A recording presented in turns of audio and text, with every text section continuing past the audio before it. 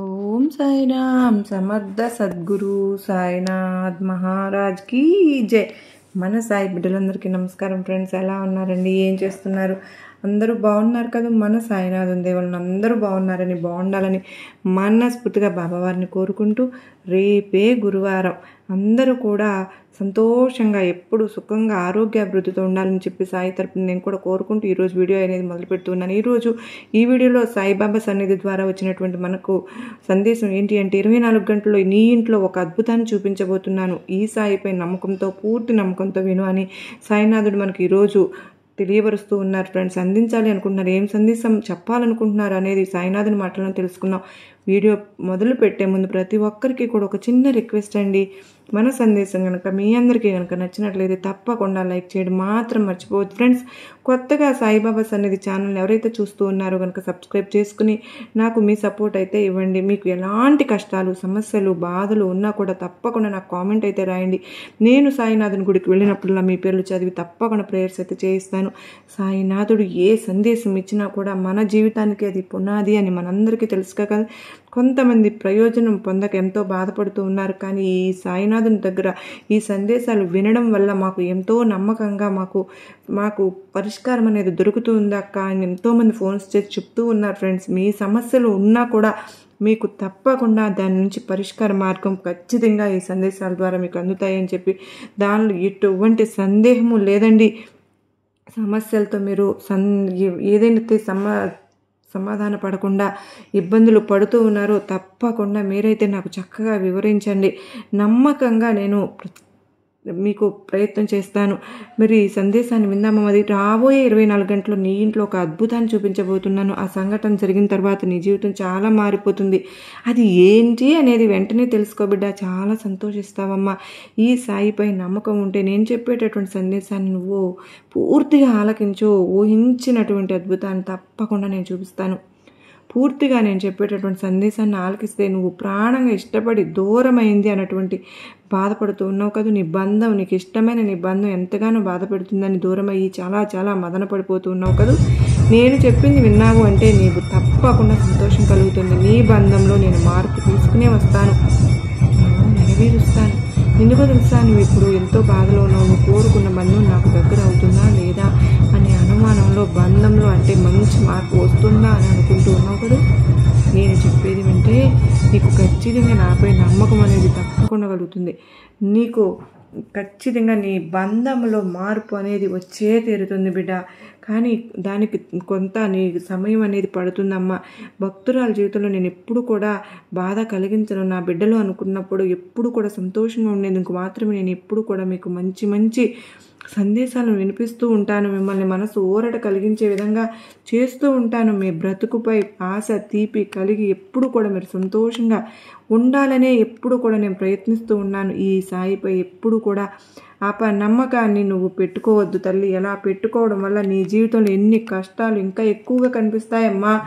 జీవితం చాలా చీకటిమయం అయిపోతుంది. ఎవరు లేరు, నేను ఒంటరిగానే ఉన్నాను అనే భావన నీకు ఇంకా ఎక్కువగా కనిపిస్తుంది. కానీ అందరూ నా వారే. నా చుట్టూ ఉన్న వారందరూ నా చుట్టూ ఎప్పుడు కూడా నన్ను మంచి కోరేవారే.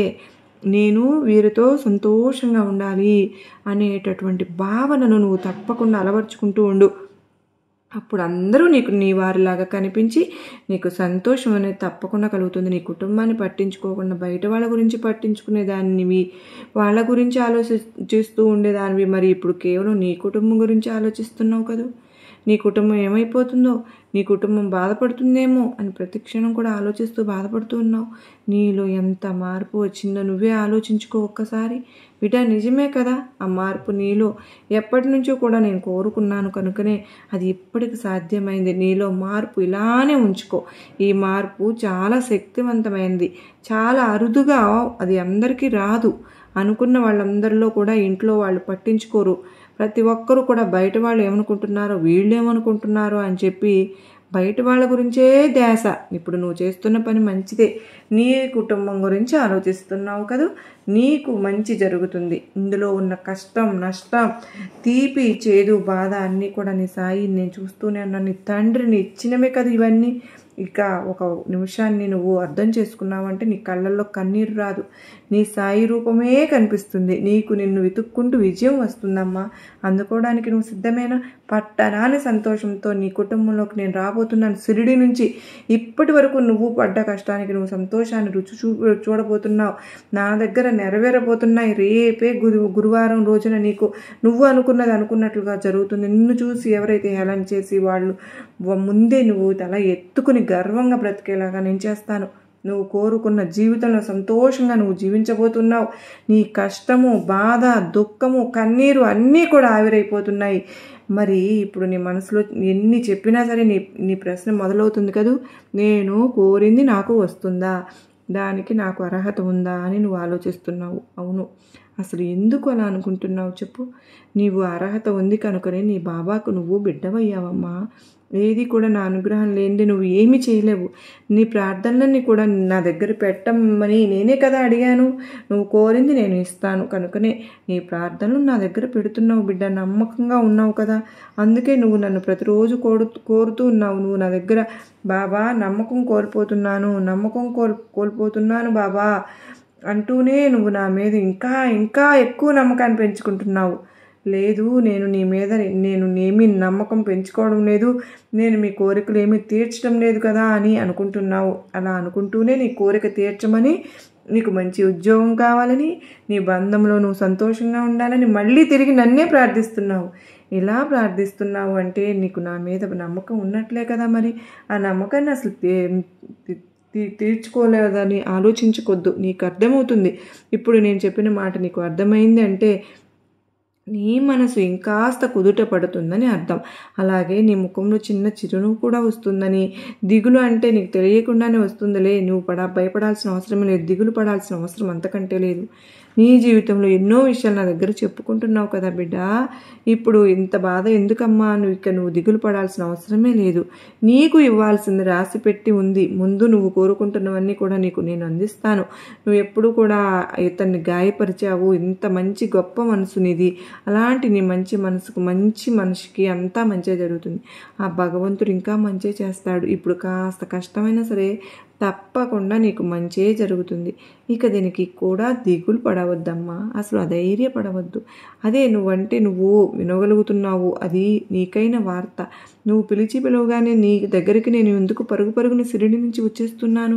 నువ్వు చెప్పావని నేను వింటూనే ఉన్నాను. అసలు అధైర్యపడకు. ఎవరూ లేరని, ఒంటరిని, ఎప్పుడు బాబా నాకెవ్వరూ తోడు లేరు అనే మాటలు నీ నోటి వెంట నేను వినకూడదు. బిడ్డ, ఎవరు లేరని నువ్వు ఎందుకు అనుకుంటున్నావు? నేను లేనా? నీ సాయిని నేనా?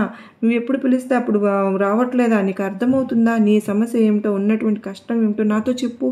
ఎందుకు గతాన్ని తలుచుకుని అనుక్షణం బాధపడుతూ ఉంటావు? ఎందుకు ఇంతకు మించి కష్టాలు నిన్ను భరించలేనివని తలంచుకుంటూ నీలో నువ్వు ఎందుకమ్మ కన్నీరు కార్చుకుంటూ ఎప్పుడు కూడా ఉంటున్నావు? ఎప్పుడు కూడా చెప్తూనే ఉన్నాను కదా అన్నీ విడిచిపెట్టేయమని. అయినా నువ్వు ఎందుకమ్మా దాన్ని తలుచుకుంటూ ఉంటావు?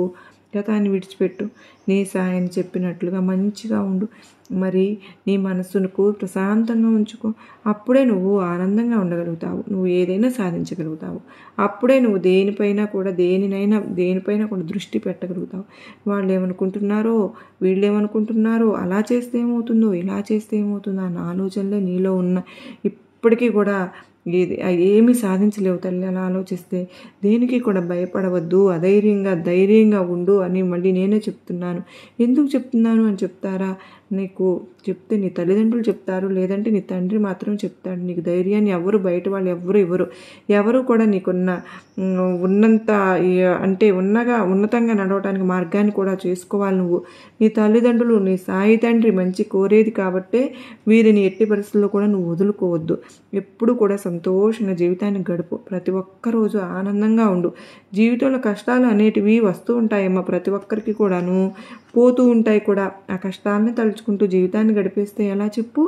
ఏ విషయంలోనైనా సరే అతిగా ఆలోచించవద్దు, అతిగా భయపడను వద్దు, అధైర్యపడవద్దు.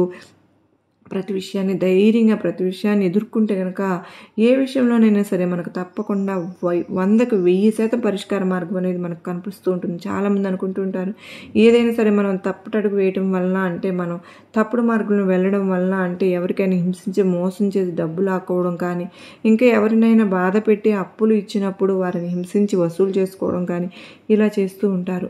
ఈరోజు మనం వారిని అలా హింసించి బాధ పెట్టి తరిమి అలా బాధ పెట్టడం వలన మనకు వాళ్ళ కర్మలు మనకు చుట్టుకుంటుంటాయి. పాపకర్మను మూట కట్టుకుని చాలా అంటే చాలా బాధపడతారు. మీరు ఈరోజు సంతోషంగానే ఉంటారు, కానీ ఆ కర్మ మీకు తగలకపోయినా సరే కానీ మీకు మీ కుటుంబాన్ని మీ వంశాన్ని సర్వనాశనం చేస్తుంది. కనుక ఎవరిని కూడా మీరు మీ నోటితో కానీ మీ చేతులతో కానీ బాధ పెట్టవద్దు. ఆ పెట్టిన బాధ పెట్టినప్పుడు ప్రస్తుతం మీరు సంతోషంగా ఉన్నప్పటికీ కూడా ముందు రోజుల్లో మీరు చాలా అంటే చాలా బాధపడతారు. పోయేది ఏముంది చెప్పండి, ఒక్కసారి మీరే ఆలోచించండి. మనం ఎప్పుడు ఉంటామో ఎప్పుడు పోతామో తెలియనటువంటి కాలం ఇది. ఉన్నన్ని రోజులు ప్రశాంతంగా బతకాలి, మనశ్శాంతిగా జీవించాలి, ఉన్న దాంట్లోనే సంతృప్తిని వెతుక్కోవాలి. లేని దానికోసం పరుగులు పెట్టవద్దు. ఉన్న దాంట్లో సంతృప్తిగా జీవితాన్ని గడపాలని ఆలోచించండి. మనం పుట్టినప్పుడు ఏం తీసుకుని వచ్చాము, వెళ్ళేటప్పుడు కూడా ₹1 కూడా తీసుకుని వెళ్ళలేము. మిగతా మధ్య జీవితమే కదా మనం గడుపుతున్నటువంటి జీవితం. అలాంటి జీవితంలో మంచి చెడు ఈ రెండింటిని మనం ఎలా చేశాము అనే దాన్ని బట్టి మనకు మరొక జన్మ అనేది ఉంటుంది. మీరు మంచి కర్మలు చేస్తే మంచి కర్మను అనుభవిస్తారు, చెడు పనులు చేస్తే చెడు మార్గంలో నడవడం వల్ల ఇతరులను బాధ పెట్టి హింసించడం వల్ల మీకు చెడు కర్మలు చుట్టుకుంటాయి. మీరు మరొక జన్మ ఉంటే చాలా హీనంగా చాలా దుర్భరమైన జీవితాన్ని గడపాల్సి వస్తుంది. ఇప్పుడు ప్రస్తుతం మీరు సంతోషంగా ఉన్నట్లే అనిపిస్తుంది. మీరు హింసించి బాధ పెట్టి మీరు పైశాచిక ఆనందాన్ని పొందాలని అనుకుంటారు, కానీ అలాంటి ఆనందం మీకు ఎక్కువ కాలం నిలవదని గుర్తుపెట్టుకోండి. అన్యాయంగా సంపాదించిన సొమ్ము ఏది కూడా శాశ్వతం కాదు. అనారోగ్యం పాలవుతారు, మనశ్శాంతి ఉండదు, ప్రశాంతమైన నిద్ర ఉండదు, జీవితంలో ఏదో కోల్పోయినటువంటి లోటు. అలాంటి జీవితం మీకు అవసరమా? ఒక్కసారి ఆలోచించండి. మీ దగ్గర మీ సొంత డబ్బు ₹10 ఉన్నా చాలు, అందులో మనశ్శాంతిని ఎత్తుక్కోండి. మీ దగ్గర అన్యాయపు సొమ్ము ₹1,00,00,000 ఉన్నా సరే అది మీ జీవితాన్ని నాశనం చేస్తుంది తప్ప ప్రశాంతమైనటువంటి జీవితాన్ని అనుభవించలేరు. మనకు అవసరమైనటువంటి ఏంటి? తినడానికి తిండి, కట్టుకోవడానికి దుస్తులు, నివసించడానికి ఒక మంచి ఇల్లు, ఇవి ఉంటే చాలు కదా. అవి లేని అభాగ్యులు ఈ ప్రపంచంలో ఎందరో ఉన్నారు. అలాంటి వారందరినీ ఒకసారి గుర్తు చేసుకోండి. అలాంటి వారిలో నేను లేను అని సంతోషించండి. అలాంటి జీవితాన్ని నాకు భగవంతుడు ఇవ్వలేదు అని మీరు ఆలోచించండి. ఎప్పుడు కూడా సంతోషం దుఃఖము రెండింటిని సమానంగా స్వీకరించాలి. ఏది రావాలని లేదు, అలాగే పోవాలని లేదు. రాసి పెట్టింది ఏది కూడా జరగకుండా రాదు. కనుక నీకున్నటువంటి మానసికమైనటువంటి బాధ అంటే చాలా ఎక్కువగా నీలో కనిపిస్తుంది. కనుకనే అతిగా ఎక్కువగా ఆలోచిస్తూ ఉన్నావు. నీ మనసులో ఆ ఆలోచనలన్నీ కూడా పక్కన పెట్టు. ముందు కాసేపు ధ్యానం చేసుకోవడం అలవాటు చేసుకో. నన్ను నమ్ముకో. అనుక్షణం నన్నే తలుచుకుంటూ ఎవరైతే ఉంటారో అలాంటి వారి కష్ట సుఖాలన్నీ కూడా నేను కూడా పంచుకుంటూ ఉంటాను. వారి వెంట నడుస్తూ ఉంటాను. వారిని ఎప్పటికీ కూడా విడిచిపెట్టను. అలాగే మీ మనసులో ఎలాంటి భయాలను లేకుండా మీకు అడుగడుగున ధైర్యాన్ని అందిస్తూనే ఉంటాను. త్వరలోనే మీ కోరిక తప్పకుండా నెరవేరబోతుంది. నువ్వు నీ సమయంలో అంటే నీ సంఘర్షణలో అల్లాడిపోతూ తల్లడిల్లిపోతున్నావు. నీకు శుభవార్త నీకు అందేలాగా నేను చేస్తాను రేపు గురువారం రోజున. నీకు దేని గురించి అయితే నువ్వు బాధపడుతూ ఉన్నావు, ఆ కారణం వల్ల నువ్వు ఎంతగా బాధపడ్డావో అవి తట్టుకోలేకపోతున్నావు. తప్పకుండా నీ జీవితాన్ని నేను చక్కబెడతాను. అలాగే నీ భర్తకు ఒక మంచి పదోన్నతి కూడా లభించబోతుంది. అది ఎందులోనైనా సరే, కానీ వ్యాపారంలోనా లేదా వృత్తిరీత్యానా మంచి పదవి నీకు లభించబోతుంది. అది కూడా నా అనుగ్రహం ద్వారానే అని తెలుసుకో. ఇక నువ్వు అనుభవిస్తున్నటువంటి కష్టాలకు తప్పకుండా నేనైతే ముగింపు పలకబోతున్నాను. నువ్వు అందరి పట్ల చాలా బాధ్యతాయుతంగా వ్యవహరిస్తావు. అదేవిధంగా నడుచుకుంటూ ఉండు. అంతే ఓర్పుతో ఉండు. అష్టైశ్వర్యాలతో సుఖంగా జీవించేటటువంటి అదృష్టం మీకు తప్పకుండా రాసి పెట్టి ఉంది.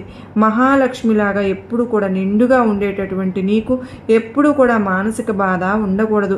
అది ఉండడం వల్ల నీ మనసులో నువ్వు ఇంకా ఇంకా ఎంతో కృషించిపోవడమే కాకుండా నలుగురితోనూ సంతోషంగా కూడా గడపలేవు. అలా నలుగురితో ఉండలేకపోయినా పర్వాలేదు, కనీసం నీ కుటుంబంలో వారితోనైనా సఖ్యతగా ఉండేటటువంటి నీ ఆలోచన విధానాన్ని ఎప్పటికీ పొందలేవు. కనుకనే నీ మనసులో ఏదైనా ఉన్నప్పటికీ సంఘటనలు అన్నింటినీ కూడా దూరం చేసుకుని నిండైనటువంటి ధైర్యంతో సంతోషంగా నీ పెదవులపై ఎప్పుడు కూడా చిరునవ్వుతో ఉండు. ఎంత కష్టం వచ్చినా కూడా ఎప్పటికీ వరకు ఎలా అయితే భరించావో అంతే విధంగా రాబోయేటటువంటి రోజులు కూడా ఇప్పటికీ నీకు కష్టం అనేది ఎలా ఉంటుందో పూర్తిగా అర్థమైంది. కనుక ఎలాంటి కష్టం వచ్చినా, చిన్న చిన్న సమస్యలు వచ్చినా అసలు ఏమాత్రం కుంగిపోవద్దు. నాపై నీకు నమ్మకం ఉంటే కనుక అది చాలు. నాకు నిన్ను జాగ్రత్తగా నడిపించడానికి ఎప్పుడు కూడా అది నీకు ఒక గొప్ప అస్త్రంలాగా పనిచేస్తుంది. అలాగే నీ బాధ్యతను నువ్వు కర్తవ్యంగా ఎప్పుడు కూడా మర్చిపోకుండా నిర్వర్తిస్తూ ఉండు. అలాగే నీకు ఒక మాట చెప్తాను, తప్పకుండా ఆచరించు. నీవు నీ మనసును ప్రశాంతంగా, అలాగే నీ మానసికంగా దేని గురించి అయితే నువ్వు బాధపడుతున్నావో ఆ బాధ అంతా కూడా తొలగిపోవాలంటే ప్రతి నిత్యము కూడా రామాయణాన్ని పారాయణం చేస్తూ ఉండు. అప్పుడు నీకు సకలము చేకూరుతాయి. సందేహాలు పడాల్సిన అవసరం లేదు. రామాయణం పఠించిన వారికి శ్రీరాముడు ఎప్పుడు కూడా అంతే మేలు చేస్తాడు. నీ సంఘటనలన్నీ దూరం చేస్తాడు. సంకటాలన్నీ కార్యంలో నీకు అన్ని విజయాలు ప్రాప్తించేలాగా రాములు వారి అనుగ్రహం నీకు తోడవుతుంది. నీ మనసులో ఉన్న వేదన అంతా దూరం చేస్తాడు. కనుకనే ఓర్పుగా ఉండు. అలాగే ఎలాంటి అనుమానాలు పెట్టుకోకుండా జీవితం ఎప్పుడూ కూడా సంతోషంగా ఉంటుందని తెలుసుకో. ఒక్కొక్కసారి ఒక్కొక్క కష్టం, ఒక్కొక్కసారి ఒక్కొక్క సుఖం వస్తూనే ఉంటాయి, మనల్ని పలకరిస్తూనే ఉంటాయి. ఇవన్నీ కూడా కేవలం నాటకమే అని తెలుసుకో. ఈ నాటకంలో కేవలం నీ పాత్రను నువ్వు ఏ విధంగా పోషిస్తున్నావు, అసలు నీ జీవితం ఈ రోజుల్లో ఏ విధంగా ఉంది, నువ్వు మలుచుకోబోతున్నావు అనేటటువంటి విషయం గురించి శ్రద్ధగా ఆలకిస్తే అంతే చాలు. ఎప్పుడైనా సరే ఒకటి గుర్తుపెట్టుకో, జీవితంలో ప్రతి ఒక్కటి కూడా అంతా మన మంచికే జరుగుతుంది, అంతా మనం ఎప్పుడు కూడా సంతోషంగా ఉంటున్నాము అనేటటువంటి భావనను నువ్వు ముందు ఏర్పరచుకో. ఎందుకు అని అంటే జీవితంలో ఎప్పుడు కూడా కష్టాలు అనేటివి ప్రతి ఒక్కరికి వస్తూ ఉంటాయి, పోతూ ఉంటాయి. మనం ఎలా జీవించాము అనేది చాలా ముఖ్యం. నువ్వు ముందు సంతోషంగా ఉండడం నేర్చుకో. నువ్వు సంతోషంగా ఉంటేనే గతంలో నీకు చేదు జ్ఞాపకాలు ఏదైనా ఉన్నా కూడా చూసుకోవాలి. అసలు ఎవరిని చూసుకొని వీరు అంత ధైర్యంగా ఉన్నారు అని అర్థం చేసుకోవాలి. అసలు ఎవరి ప్రోత్సాహం సంతోషంగా ఉంటే ఎలా చెప్పు. అసలు మనం ఎప్పుడూ కూడా వీరిని బాధించే అన్ని రకాలు చేస్తే పరిగెత్తడం నలుగురిలో ఎలా ఉంచాను, అయినప్పటికీ వీరు కూడా ఇంతగా ఇటువంటి పరిస్థితులు ఎప్పుడు కూడా అనుకూలంగా ఉంటాయని అనుకోవద్దు. జింకలాగా ఎప్పుడు కూడా ధైర్యంగా, ఎప్పుడు కూడా సంతోషంగా జీవితాన్ని గడుపు. ఈ జింక ఎలా ఉంటుంది అలాంటి జీవితాన్ని నీవు తప్పకుండా పొందు. అలా ఉత్సాహంగా అంత హుషారుగా ఉండాలని నేను చెప్తున్నాను. ఎప్పుడు కూడా ధైర్యంగా ఉండు, మనశ్శాంతిగా ఉండు. జీవితం చాలా చిన్నది, అందులో మనం ఎలా జీవించి ఉన్నాము అనేది చాలా ముఖ్యమైన విషయం. ఎప్పటికైనా సరే ఏనాటికైనా చాలామంది అనుకుంటూ ఉంటారు, అసలు మేము ఎందుకు ఇలాంటి జీవితాన్ని గడపాలి, అసలు మాకు ఎందుకు ఇలాంటి జీవితం వచ్చింది, మేము ఎందుకు ప్రశాంతంగా లేము, సంతోషంగా ఉన్నారే అందరూ, మైనా మాకు ఎందుకు ఇలాంటి జీవితాన్ని భగవంతుడు ఇచ్చాడు అని చాలా బాధపడిపోతూ ఉంటారు. అలాంటి వాళ్ళ కోసం అలా అనుకోవద్దు. మీ మనసులో ఉండే సంకోచాన్ని, అనుమానాన్ని పెట్టుకోవద్దు. ఎందుకంటే భగవంతుడు ప్రతి ఒక్కరికి కూడా, అందరికీ కూడా మంచినే ఇవ్వాలని అనుకుంటాడు. ఎవరిని కూడా చెడును ప్రసాదించాలని అనుకోడు. మన నమ్మినటువంటి మన భగవంతుడు మనల్ని అన్యాయం ఎలా చేస్తాడని మీరు అనుకుంటున్నారు? మీకు కష్టాలు వచ్చినాయి అంటే దాని అర్థం ఎప్పుడు కూడా మీరు చేసినటువంటి కర్మల వల్లనే మనకు కష్టాలు వచ్చాయని మనం అర్థం చేసుకోవాలి. అలా కాకుండా మాకే భగవంతుడు కష్టాలు ఇచ్చాడు, మేమే బాధపడిపోతూ ఉన్నాము, అందరూ సంతోషంగా ఉన్నారు, అందులో నేను లేనే అనేటటువంటి విషయాన్ని ఎప్పుడు కూడా నువ్వు బాధపడవద్దు. ఇప్పటి నుంచైనా సరే ఎవరికి మనసును గాయపరచకుండా, ఎవరిని సంతోషంగా, అందరికీ కూడా ఆనందంగా ఉంచుకునేందుకు మాత్రమే మీరు ప్రయత్నం చేయాలి. ఎప్పుడు కూడా కష్టాల పాలవ్వకుండా, ఎవరిని బాధ పెట్టకుండా, జీవితం చాలా చిన్నది, నేను ఎలా ఉన్నాను అనేటటువంటి విషయాన్ని మాత్రమే గుర్తు తెచ్చుకుంటూ ఉండు. ప్రతి ఒక్కరికి భగవంతుడు కష్టాలు ఇచ్చాడు. కష్టాల తర్వాత వచ్చేటువంటి సంతోషం చాలా ఆనందంగా ఉంటుంది. అలాంటి ఆనందాన్ని పొందు. ప్రశాంతమైనటువంటి జీవితాన్ని గడుపు. ఎప్పుడు కూడా ఎవరిని బాధ పెట్టవద్దు. నీకు తప్పకుండా మంచి రోజులు రాబోతున్నాయి. మీ ఇంట ఒక అద్భుతం జరగబోతుందని చెప్పాను కదా, అది తప్పకుండా జరుగుతుంది. నువ్వు ఎన్నో రోజులుగా కలలు కంటున్నటువంటి నీ సొంత ఇంటి కళ అనేది నెరవేరుతుంది బిడ్డ. ఉద్యోగ ప్రయత్నం అనేది ప్రాప్తికి సంబంధించినటువంటి ఏ విషయంలో అయినా సరే నువ్వు బాధపడుతూ ఉంటే ఆ ఉద్యోగ ప్రాప్తిని తప్పకుండా కలిగించేటటువంటి అవకాశాలు ఎక్కువగా ఉన్నాయి. ఇంకా ప్రమోషన్స్ కోసం కానీ, నువ్వు విద్య ఏదైనా సరే కానీ, నువ్వు మంచి ర్యాంకుల కోసం ఎదురు చూస్తూ ఉన్నట్లయితే కూడా నీకు అందులో గొప్ప విజయాన్ని అందుకోబోతున్నావు. సంతాన సమస్యలతో బాధపడితే వారందరికీ కూడా చక్కగా నేను సంతాన సమస్యను తీర్చడానికి ఎన్నో రకాలైనటువంటి నీకు మంచి మంచి అవగాహన, అంటే ఎప్పుడు కూడా మంచిగా సంతోషంగా నువ్వు జీవితాన్ని గడిపేందుకు అవగాహన నీకు తప్పకుండా ఇస్తూ ఉంటాను. సంతాన సమస్యలతో పుత్ర సంతానం కోసం ఎవరైతే ఎదురు చూస్తున్నారో వారందరికీ కూడా మంచి జరుగుతుందని నేను మరలా గుర్తు చేసి చెప్తూ ఉన్నాను. ఇక సంతోషంగా ఉండు. జీవితంలో ప్రతి ఒక్క రోజు అందరికీ మంచి రోజు వస్తుంది అనేటువంటి భావన ఏర్పరచుకుని ఉండు. జీవితం చాలా చిన్నది, అందులో మనం ఎలా జీవించాము అనేది చాలా ముఖ్యమైనటువంటి విషయం.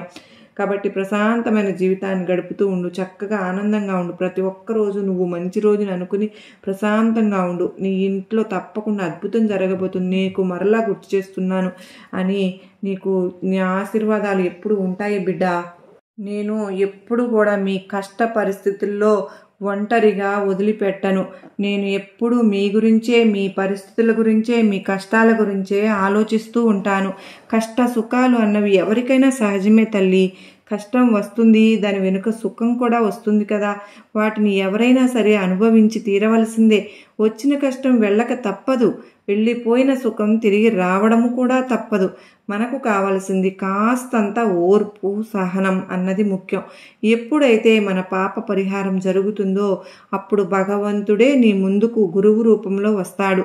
అతని పరిశీలనలో జీవునికి జరగవలసినటువంటి పరిహారాలు, నివృత్తి జరుగుతుంది అని గుర్తుపెట్టుకో. జీవిత ఆశయాన్ని మరచిపోకు.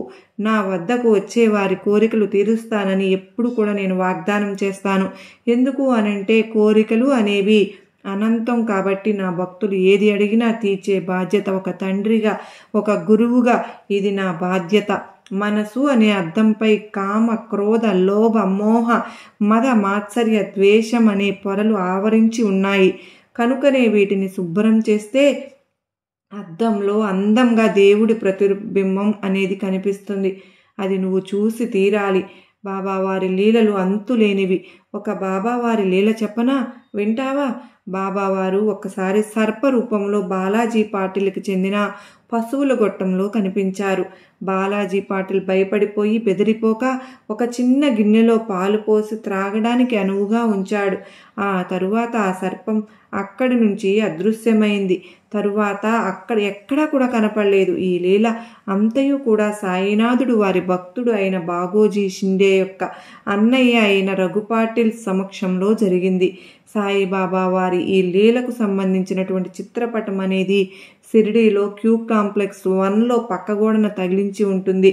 మీరు ఎప్పుడైనా షిరిడీకి వెళ్ళినప్పుడు గమనించవచ్చు. కానీ నీకోసం నేనే వస్తున్నాను. ఇలాంటి లీలలు సాయినాథుడు చాలానే చేశారు. కనుక మనం ఎవరైతే సాయి సచ్చరిత్ర బుక్ను చదవగలుగుతామో పూర్తిగా లీలలన్నీ కూడా అక్కడ రాశారండి. అప్పుడు సాయినాథుడు ఎంతో గొప్పగా ఆ షిరిడీ ప్రజలకు కనిపించేవారు. బాబా వారి పాదస్పర్శ తగిలితే చాలు అందరూ కూడా అనారోగ్యులైనా సరే కానీ ఆరోగ్యవంతులుగా తయారయ్యేవారు. బాబా వారి పాదస్పర్శ అంతటి మహిమాన్వితమైనది. కనుకనే షిరిడీకి మనం వెళితే ఖచ్చితంగా బాబా వారి సమాధిని తాకి వస్తాం కదా. ఎందుకంటే బాబా గారిని తాకినట్లుగా మనకు అనిపిస్తుంది. కనుకనే సాయినాథుడి భుజం మీద చెయ్యి వేసి మనను ఓదారుస్తున్నట్టు బాబావారి పాదాల మీద పట్టుకుంటే బాబా పాదం పట్టుకున్నట్లు మనకు అనిపిస్తుంది. కనుకనే మనం ఒక్కసారి షిరిడీ ద్వారకామాయలో అడుగు పెడితే ఎటువంటి సమస్యలు ఉన్నా సరే పూర్తిగా తొలగించడానికి సాయినాథుడు దారి చూపిస్తారు.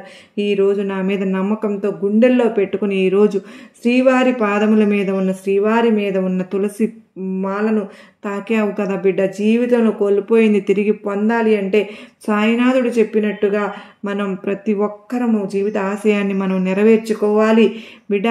రేపే గురువారం నాడు సాయినాథుడు చెప్పినట్లుగా ఈ వీడియో ద్వారా అందించిన సందేశాన్ని అర్థం చేసుకుని దానిని మన జీవితంలో కూడా అమలు పరుచుకుందాం.